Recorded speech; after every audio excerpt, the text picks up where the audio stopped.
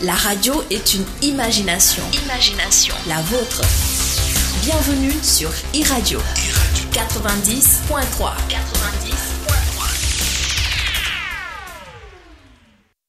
Ganu xibaar yi. asalaamaaleykum mbokk yi ñu ngi leen nuyu ku nekk turam ak santam di leen ñaanal bëccëgu jàmm ak salaam di ñaanal semaine bi nag seen mucc ayib yàlla def jàmm ci réew mi defal ko fépp. di am mbégte tey di dalal suñu studio Abdoulaye Cissé nag directeur exécutif en charge de la gestion des risques et de la sécurité du système d'information CGF Bourse maanaam lépp luy sécurité xarala yu bees yi moom mooy directeur bi fala ci CGF Bourse dañu waxtaan tey xam ngeen ne fan yi DGID maanaam direction générale des impôts du Sénégal dañ ko attaqué maanaam si point de vue bi nga xamante moom mooy digital moom mooy internet bi ak yooyu bloqué liggéeyam yaakaar ko lu ci bëri ba ñenn ñi sax nee na chaque semaine bu fekkee yi fii kiiwul dinañu perte lu mat 50 milliards de francs CFA DGID nag DGID Sénégal la xaalis mooy du xaalis sénégalais la ñoo fay impôt ñoom mooy dawal réew mi état Sénégal la lan la ñu mën a def pour yooyu bañati am yan matuwaay la ñu war a jël parce que liy xarala yu bees yi léegi nekk na xamante ne dugg na ci dundu nit ñi yan matuwaay la ñu war a jël la ñu war a jàngal population bi pour ñoom tamit ñu mun a xam lan mooy liggéey boobu ñi liggéey ci administration bi seen bopp nan la mën a former pour moytu yooyu di am parce que dafay gàllankoor réew Abdoulaye ñu ngi lay dalal ci studio iRadio ITV li xew DGID naka lañ koy mën a faram-fàccee expliquer ko population yi pour ñu comprendre ko. jërëjëf Alassane maa ngi lay nuyu di la gërëm di la sant di nuyu aussi auditeurs yi ak téléspectateurs yi donc di rafetlu tamit maanaam invitation bi pour ñu waxtaan ci événement yi xew parce que dañu jàpp ni lu am solo la ñu waxtaane ko ñëpp comprendre li xew xam aussi maanaam ban njeexital la am ci réew mi ak aussi ci dundu sénégalais ak aussi nan lañ ko mën a nan lañ ci mën a taxawee ba loolu aussi maanaam même bu fekkee du amatul sax ñu wàññi ko léegi li xew DGID maanaam comme ni nga expliqué tey actuellement entreprise yëpp ak organisation yëpp dañuy seen liggéey lu ci bëri dafa aju ci xarala yu bees yi ci informatique beeg internet bi parce que lépp ci ordinateur yi léegi lay jaar lépp lu ñu bëgg a liggéey bu ko defee léegi dafa am ñoo xam ni dañ leen di tuddee ay pirate informatique ñoom li ñuy jéem mooy jéem a tout le temps seet maanaam organisation yooyu ak entreprise yeeg ñi nga xam ni lépp seen liggéey dafa basé wu ci informatique ñu jéem a jaar ci loolu pour yàqal leen fexe ba nga xamante ni dinañu bloquer seen liggéey ba pare nag ci biir loolu ñoom dañ ciy jéem a amaale luñ ciy gañewaale maanaam laaj xaalis voilà rançon mën na bañ a nekk laaj xaalis rek sax mais bon am na ñoo xam ne dañuy laaj xaalis am na ñoo xam ni ñoom sax seen problème sax du xaalis mais dañ leen tuddee des cyberactivistes maanaam comme genre ñoo xam ni ñoom dafa am lu ñuy kaas wala dafa am lu ñuy revendiquer mën a ñëw rek pour jéem a dugg ci say maanaam système jéem ci indi ay problème pour wan la ni ñoom kontaanu ñu ci ni ngay doxalee wala yooyu loolu am na aussi mais am na aussi ñoo xam ni li ñuy jéem a def mooy sàcc ci say information say données sàcc say information say données léegi information ak données yooyu itam bu ñu ko sàccee mën nañ ko jaay parce que information aussi dafa nekk loo xam ne c'est important mën nañ ko jaay comme ñoom aussi mën nañ ko exploiter pour leneen d'accord donc loolu daal moo xew maanaam am na ñoo xam ni xool nañu maanaam système mu DGID xool ni gis ni am na foo xam ni am na ay porox ndoll yoo xam ne mën nañ faa jaar pour dugg fa def li ñu bëgg a def. donc est-ce que administration bi toll noonu. war a yore koppar yu mel noonu. yore xaalis bu am solo pour réew bi. war naa mën a toog ba mu am ay yenn failles yi ci système informatique am. alors loolu nag question bu xaw a jafe la parce que de toute façon administration yëpp ak organisation yëpp nekk ci àdduna bi kenn ku ci nekk yaa ngi di yema def sa kéemtalaay kàttan pour mën a protéger wu maintenant protection nag moom ci wàllu xarala yu bees yi dafa nekk loo xam ni lu xaw a jafe la parce que li mu laaj ci temps ci xam-xam ak ci xaalis xaw na takku li ñu rendre compte mooy je veux dire dëkk boo dem ci àdduna bi am na ay entreprises yu mag yoo xam ni wala ay organisation yu mag yoo xam ni ëpp nañ DGID fuuf yoo xam ni ñoom tamit lii dal na leen d'accord te nag du ñàkk xaalis bu ñu ciy dugal man waxtaan naa ak sama benn maanaam naataangoo boo xam ne États-Unis lay liggéeyal benn banque ñoom nee nañ ma seen budget sécurité annuel $1 milliard la te doyul. maanaam ñoom dinañ def $1 milliard ci seen sécurité par année mais loolu doyu leen $1 milliard boo ko dee xool ñun peut-être suñu budget le Sénégal nga diviser ko par 5 par exemple wala 6 donc gis nga affaire yi fu mu toll donc problème bi je veux dire mais enfin mënu en fait li nga xam ni moo am importance du question par exemple ñoom parce que attaqué bi mën na nekk mais li gën a am importance mooy ñoom nan la ñu war a mën a def ba génn ci loolu ba nga xam ne liggéey bi dina mën a continuer dina mën a jëlaat ci ni mu gën a gaawee. te du am yàqu-yàqu yu bari parce que loolu la aussi mooy problème bi. mais boo génnee ci loolu. yan matuwaay nga jël pour loolu bañ la dalaat. alors matuwaay yi ñu war a jël pour loolu bañ la war a dalaat mooy effectivement xam nga sécurité dafa am maanaam ay protocole yoo xam ne moom ngay appliquer pour mën a am benn sécurité boo xam ne sécurité bu doy la parce que tey boo dee xool boo amee maanaam loo nga xam ne da nga ci bëgg mu am sécurité maanaam par exemple yow tey boo amee sa kër nga ni kër gi bëgg naa ma def ci sécurité maanaam dafa am ñetti pàcc yoo xam ne moom ngay jéem a bàyyi xel. pàcc bu njëkk bi mooy li ñuy wax infrastructure maanaam li ngay teg en place yëpp ci matériel. ak ci technologie pour que yow tey bu dee ci kër la da nga naan dama fiy def buntu gris. par exemple parce que pour kenn mën a dajji ba dugg nga ni fii dama fiy def caméra de sécurité nga ni fii dama fiy def système boo xam ni ku ubbi bunt yi naa ko xam donc loolu mooy infrastructure bi ngay teg beneen bi nga ni man li may lijjanti mooy li ñuy wax procédure maanaam procédure mooy ni ñuy doxalee noo koy jaaree ni ñuy doxalee ci sécurité bi par exemple mën nga ne sa gardien nga ne ko man heure bi wala heure bi mayuma kenn dugg fi wala nit bu fi ñëwee da ngay jaar fii wala yow chaque guddi del def tel ronde del def ni donc mooy ni ngay doxalee sa sécurité troisième chose bi nag mooy nit ñi ngay gérer maanaam nit ñi nga xam ñoo nekk ci biir kër gi par exemple mën nga ne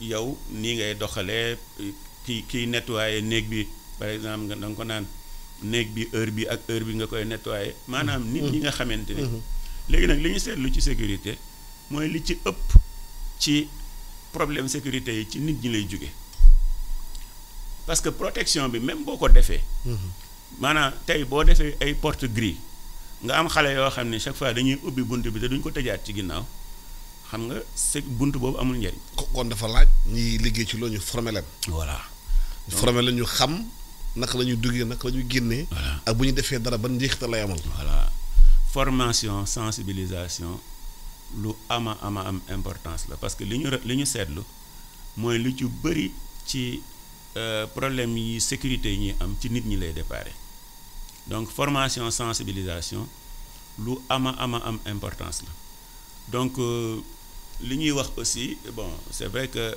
ñun suñu réew yi problème bi mooy côté technologie aussi des fois dañ ciy xaw a am retard mooy bu ñu waxee ci wàllum infrastructure mooy lu ñuy wax dette technologique maanaam parce que tey bu fekkee ni am nañ ay systèmes yoo xam ñu ngi ciy fonctionner te système yooyu par exemple yàlla def na ñu xaw a dépassé ñun toujours ñu continuer di ci fonctionner parce que dañu jàpp ne amuñu xaalis pour changer ko donc loolu aussi mën nañu indil ay gàllankoor yu bëri parce que système yi nga xam ne dafa passé yooyu ñooy gën a am fragilité. dootul am sécurité. voilà dootul am sécurité bi war. donc c'est très important ñu bàyyi xel loolu mais man li ma bëggoon a wax globalement ci wàllum sécurité parce que ci boo xoolee réew mu mel ni Sénégal problème bi mooy sécurité li mu laaj ci xaalis bari na te li mu laaj ci technologie ak ci aussi nit ñoo nga xam ne aussi am nañ taxawaay bi pour mën a garantir sécurité aussi bari na. donc man ci sama gis-gis mooy c'est très difficile pour benn organisation quelle que soit l'organisation mu assurer une sécurité à 100%. donc dama jàpp ni li ñu nekk mooy cyberespace li ñuy wax cyberespace maanaam ci environnement internet ak technologie ak affaire ñun ñëpp dañ nekk ci benn espace boo xam ne benn territoire bu bees la.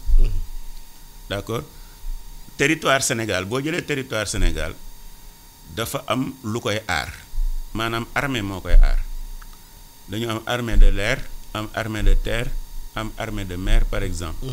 marine. pour muy aar suñu territoire.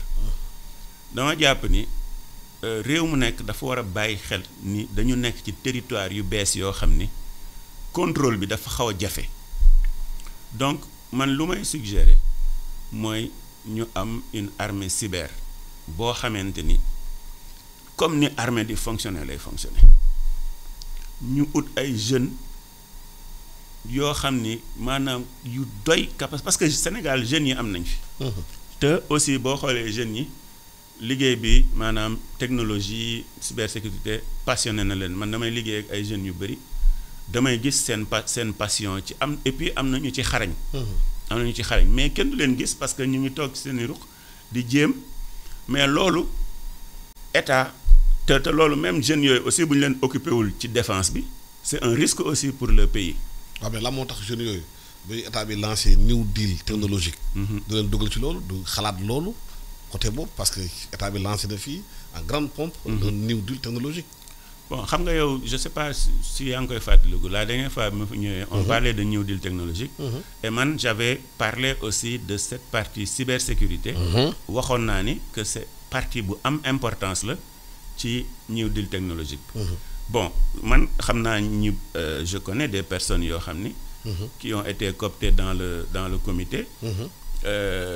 Et qui sont des spécialistes mondiaux de la cybersécurité ay sénégalais lañ.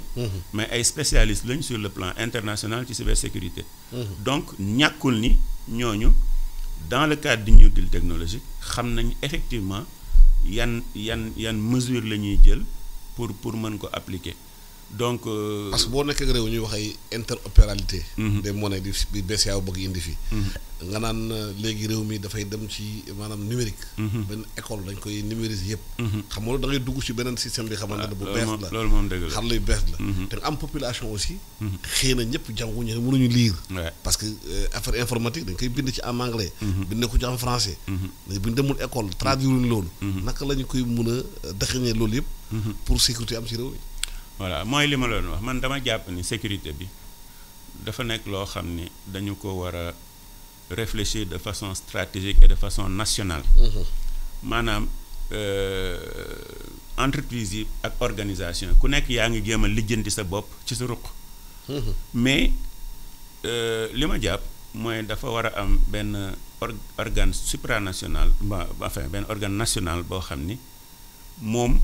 dafay am une vision nationale sur la sécurité du pays parce que le problème mooy que ñëpp la ñu war a protéger. oui.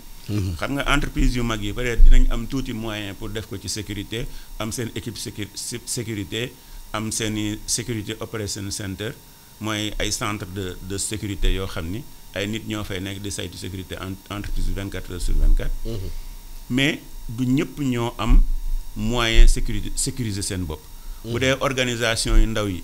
ak entreprise yu ndaw yi du ñu am moyen yooyu et que lu tax ñu war a sécuriser ñëpp parce que gis nga boo amee sécurité chaîne la tamit te ñëpp la concerné te ñëpp interconnecté tout le monde est interconnecté aujourd'hui par exemple man su ma yoree benn entreprise bu ndaw dinaa def samay déclaration au niveau de la DGID te damay dugg ci seeni système comprendre donc diggante man ak entreprise boobu day am interconnexion. am na aussi nit ak nit. waaw diggante maanaam nga yore ay compte xam nga xaalis bi léegi yu bëri da koy dugg ci ay compte bancaire xamante ne numérique. lu mel ni ay Orange Wave ak yooyu. di dugg sa xaalis. yow boo amul sécurité bu day ci application boobu.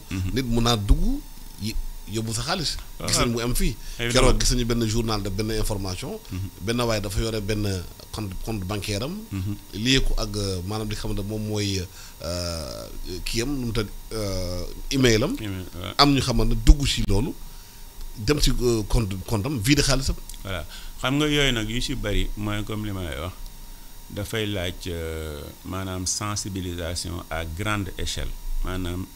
gan di campagne. voilà ay campagne yoo xamante ni dañuy taxaw wax ak nit ñi expliquer leen maanaam ci lan lañu war a def attention yan danger moo am maanaam à quoi ils sont exposés parce que loolu aussi c'est très important ñu xam ñuy def attention di def ndànk message bu ñu jot ñu càmbar ko ba xam ni message bu wóor la bañ di cliquer ci lu ñu gis. bu ñu duggee ci réseaux sociaux yi bu ñu duggee ci WhatsApp par exemple ku leen yónnee parce que Sénégal peut-être WhatsApp la ñuy gën a communiquer. bu ñu leen yónnee message ci WhatsApp mu nekk image wala dara bala ñu ciy appuyer ñu xool bu baax a baax ndax ki leen ko yónnee war na leen ko yónnee ndax xam nañ ko ndax li ñuy def wóor na parce que foofu la problème bi nekk. bu fekkee yow boo nekkee benn maire bu nekk fale ci Sinthiou Bambey. boori Kanel. mënul lire mënul def dara yore téléphone WhatsApp am. ay audio di wax bu dëgg ba ci ay audio yi. nit ñi di waxtaan ci audio yi. bu la yónnee éléments yooyu liiroo mënoo xam doo ci xam dara. wax nga dëgg donc moo tax ma ni sensibilisation bi c'est partout xam nga fii wax naa la fi la dernière fois jox naa la exemple par exemple loolu moom dama koy kaas fu ma toll parce que xam naa ne c'est un danger. ay clé USB yu ñuy jaay ci mbedd loolu wóorul. oui d'accord donc man en fait c'est des choses comme ça ay téléphones yoo xam ni dañ koy importer ay téléphones seconde main wala yow nit ñëw ñuy jaay téléphone nag nañ ma baal mais problème sécurité nationale la ñuy wax. maanaam dañu war a contrôler. waaw téléphone nu ñu duggee ci réew mi. jaar ci ay laboratoire di xam lan moo nekk ci biir téléphone yi. am na loo xam ne foog nga contrôler ko. clé USB ñu xool ko. nu muy duggee ci réew mi lan moo nekk ci biir clé USB yi. am na loo xam ne foog nga contrôler ko ala kulli al parce que tey ku bëggoon attaquer réew mi tamit parce que tamit nañu waxante dëgg. gis nga ñu ngi wax de plus en plus cyberguerre. oui am na. maanaam cyberguerre maanaam tey guerre nekkatul. yére te ay fital di tiirante. déedéet guerre bi léegi ci internet bi la dem te aussi amul kenn koo xamante ni ak ci drone yi. voilà ak ci drone yi yëpp maanaam technologie. amul kenn koo xamante ni tu n'es pas exposé et que guerre encore une fois armée moo koy def donc c'est pour ça que tout à l'heure ma doon wax cyber armée boo xam ni day am un fonctionnement comme une armée ñu jox ko ay moyens yu doy ut ay jeunes yoo xamante ni doy nañu. ñu toppatoo sécurité réew mi ci wàllum technologie parce que bu ñu ko deful après day nekk un double danger premier danger bi mooy comme li ma la wax jeunes yi nga xam ni. ñoom ils s'intéressent à la cybersécurité ñu ngi ci tous les jours. parce que aussi dama lay expliquer am na ñoo xam ne ni peut-être ay jeunes yoo xam ni seen problème du sax xaalis mais dañuy tester seeni connaissance rek. dañuy jéem a natt seen bopp xam fan la seen connaissance ci technologie bi toll te loolu mën nga ko def dugg ci ay système jàmbur def loo xam ni waroo ko def. donc loolu aussi c'est une problématique qui est importante. boo jëlee jeunes yooyu tamit am na mu nekk bitim réew jël leen utiliser leen. mais bien sûr. donc c'est comme ça que ça se passe. la plupart des hackers ak yooyu c'est des jeunes yoo xam ni qui sont quelque part donc yoo xam ni développé nañ te puis xam-xam yooyu c'est des xam-xam yu disponible partout. aujourd'hui nit ñi dañuy toog ci internet jàng ko. comprends nga donc pour man je veux dire. La stratégie ça doit être une stratégie nationale et que ñu inclure ci toutes les organisations ce qu'on appelle les organisations critiques. parce que réew dafa war a am un recensement des organisations yi nga xamante ni ñoom ñooy fonctionnel réew mi de façon stratégique. Névralgique. waaw que ça soit des organisations privées, des organisations de presse. par exemple ñu mel ni ay Trésor ñu mel ni ay DGID. ministère des finances. voilà koppar réew mi fa lay jaar aéroport bi port bi port yi. des organisations mën nañ sax ay privées ay banques ak affaire parce que tey bu ñu xëyoon tey banques yi paralysées mais nit ñi dootuñu liggéey. comprendre donc dafa war a am une organisation globale boo xam ni problème bi dañ koy xool de façon globale donc ça c'est pour man c'est extrêmement important. mais est-ce que amul liggéey bu ñu war def déjà ci gune yi ci xale yi. déjà commencé jàngal xale yi ndaw yi même de case de tout petit déjà.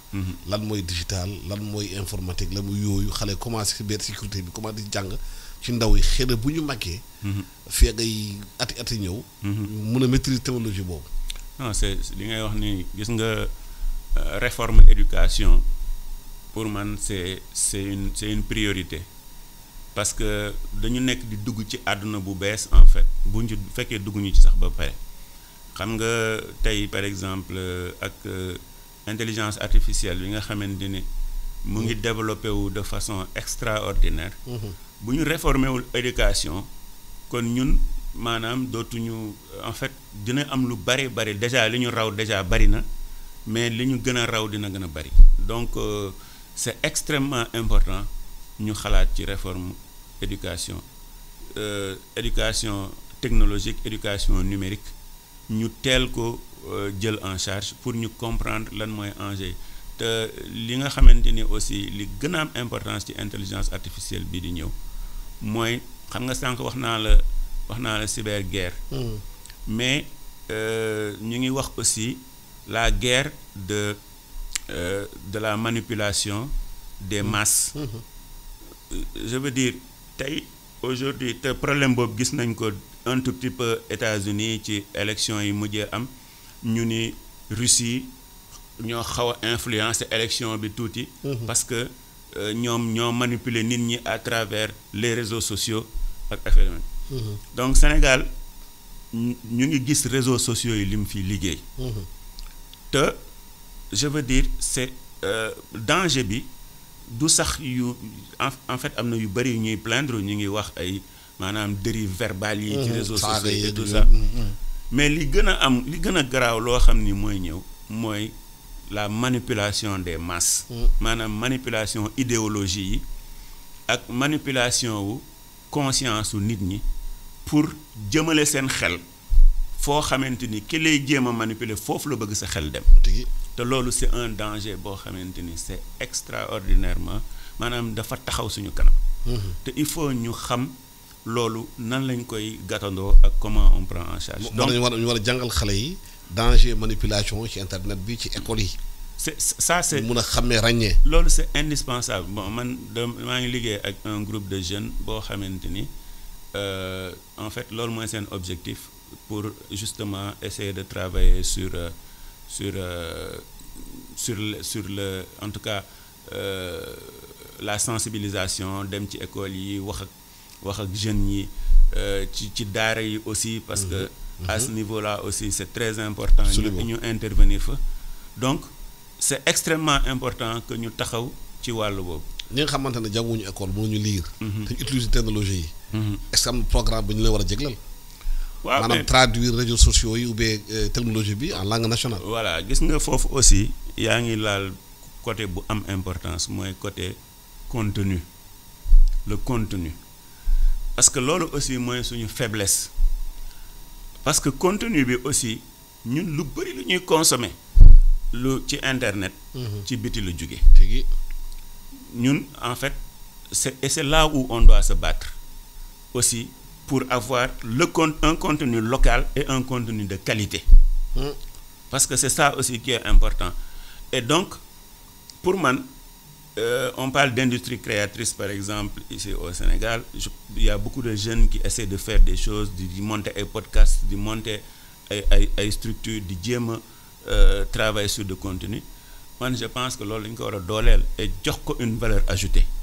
Parce que la guerre du contenu aussi, c'est une guerre aussi qu'il faut mener sinon ñun dañuy continuer subir et que bu ñu ko bàyyee mu demee noonu mais liñ ci jëlee duñu neex. maa la gërëm di la sant Cissé li ñu constaté ci loolu de mooy li nga xamante ne nguur gi koy def mooy yi médias étrangers la ñu gën a dooleel jox leen force ba amee publicité ay millions jox ko ay Jeune Afrique jox ko ay ñoom France 24 jox ko ñoom kii complexe boobu baa ngi foofu ba léegi di rey presse locale bi nekk fii di employé sénégalais loolu mooy la réalité de ce pays là aujourd'hui jusqu'à présent bi ñi ñëwee ba léegi depuis 2 ans ba léegi c'est cette option qui a été prise kon continue bu ñuy wax fii du mun a am parce que alal réew mi dañ koy jox ñeneen gërëm naa la sant naa di sant kii di Amadou si nekk ci technique bi ak demi ñeen ak jàmm